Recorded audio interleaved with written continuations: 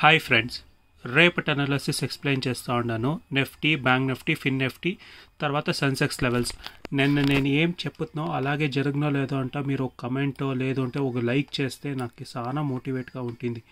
నేను ఏం చేస్తున్నా, నాకు బయింగ్ ఆపర్చునిటీ దొరుకుతాను, నాకు బయింగ్ ఇంట్రెస్ట్ లేదు, సెల్లింగ్ ఆపర్చునిటీ మాత్రమే వెతుకుతాను అంటే అలాగే వీడియోలో చెప్పిండనా లేదో అంటే ఒకసారి వెరిఫై అలాగే జరగనో లేదో అనేసి ప్లీజ్ ఒక కమెంట్ ఇవ్వండి, ఒక లైక్ ఇవ్వండి ఫ్రెండ్స్. ఇది ఒకటే నేను మీ దగ్గర నుంచి ఎక్స్పెక్ట్ చేస్తూ ఉండేది, ప్లీజ్.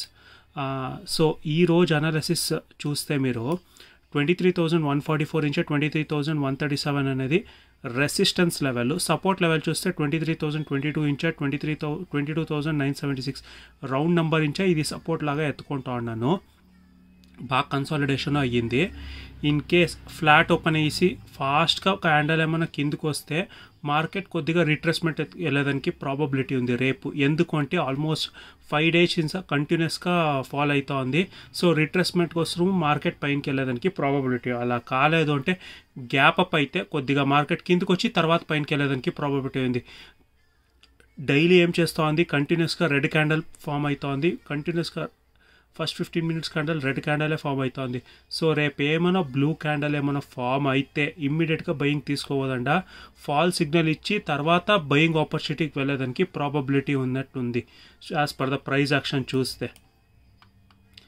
సో ఈ సినారియోస్ రేపు జరిగేదానికి ప్రాబబిలిటీ ఉంది. బ్యాంక్ నిఫ్టీ లెవెల్ చూస్తే 49,477 నుంచి 49,428 అనేది రెసిస్టెన్స్ లెవెల్లో. In case first 15 minutes candle resistance break అయితే ఇది రీటెస్ట్ చేసి ఎప్పుడు హై బ్రేక్ అవుతుంది అప్పుడు బయింగ్ ఆపర్చునిటీ చూస్తే డబల్ కన్ఫర్మేషన్ తీసుకున్నట్ల ఆలోచించవచ్చు. ఇదే జోన్లో ఉంటే మార్కెట్ కన్సాలిడేషన్ అయ్యేదానికే ప్రాబిలిటీ ఉంది.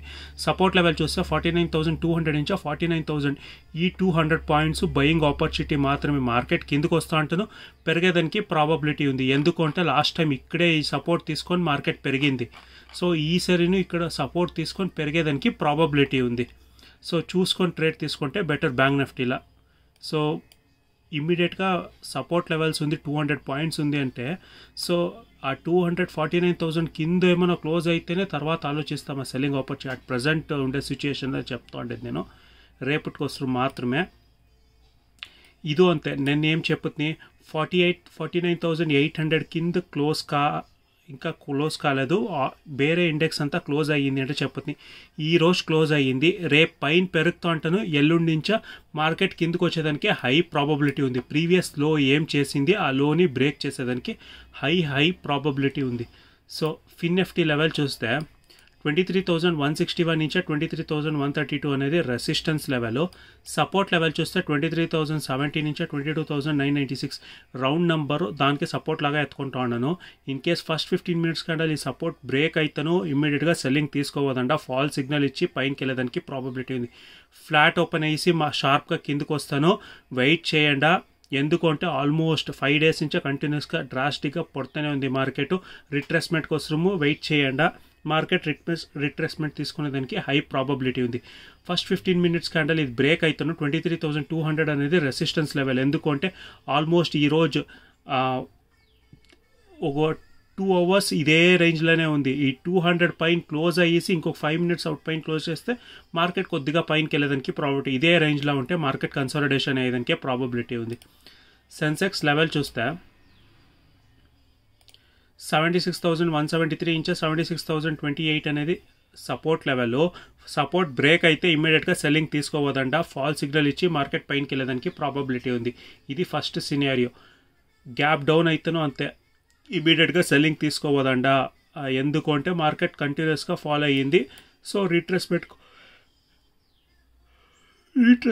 సురుము కొంచెం పైనకి వెళ్ళేదానికి ప్రాబబిలిటీ ఉంది. 76,530 నుంచి 76,464 అనేది ఇమ్మీడియట్గా బ్రేక్ అయితే రీటెస్ట్ చేసి ఎప్పుడు హై బ్రేక్ అవుతుంది అప్పుడు డబల్ కన్ఫర్మేషన్ అయినట్ల.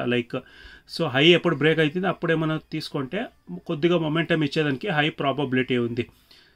ఫ్లాట్ ఓపెన్ అయ్యేసి ఇదే రేంజ్లో ఉంటే మార్కెట్ కన్సాలిడేషన్ అయ్యేదానికి ప్రాబబిలిటీ ఉంది. సో ఈ సినారియోస్ జరిగేదానికి హై ప్రాబబిలిటీ ఉంది. రేపు selling opportunity buying opportunity. Buying అంటే బయింగ్ కాదు, కరెక్షన్ టైప్ వెళ్ళేదానికి ప్రాబబిలిటీ ఉంది. కంటిన్యూస్గా పడిండేదాని నుంచే నేను చెప్తా ఉండేది. మళ్ళీ ఫుల్ బుల్లిష్ కాదు, సో మార్కెట్ కొద్దిగా రిట్రేస్మెంట్ తీసుకొని తర్వాత లైక్ డే ఆఫ్టర్ టుమారో ఆ డే ఇంకా ఒక 2-3 దినాలు ఇచ్చుకొని మార్కెట్ కిందకి వచ్చేదానికే ప్రాబబిలిటీ ఉండేది. సో నా అనాలిసిస్ మీకు ఏమైనా ఇష్టమైతే ఒక లైక్ చేయండి ఫ్రెండ్స్. సో నేను వీడియో మీకు ఏమైనా నేను కరెక్ట్గా చెప్పిండాను అంటే ఒక కమెంట్ ఇవ్వండి ఫ్రెండ్స్. Thank you.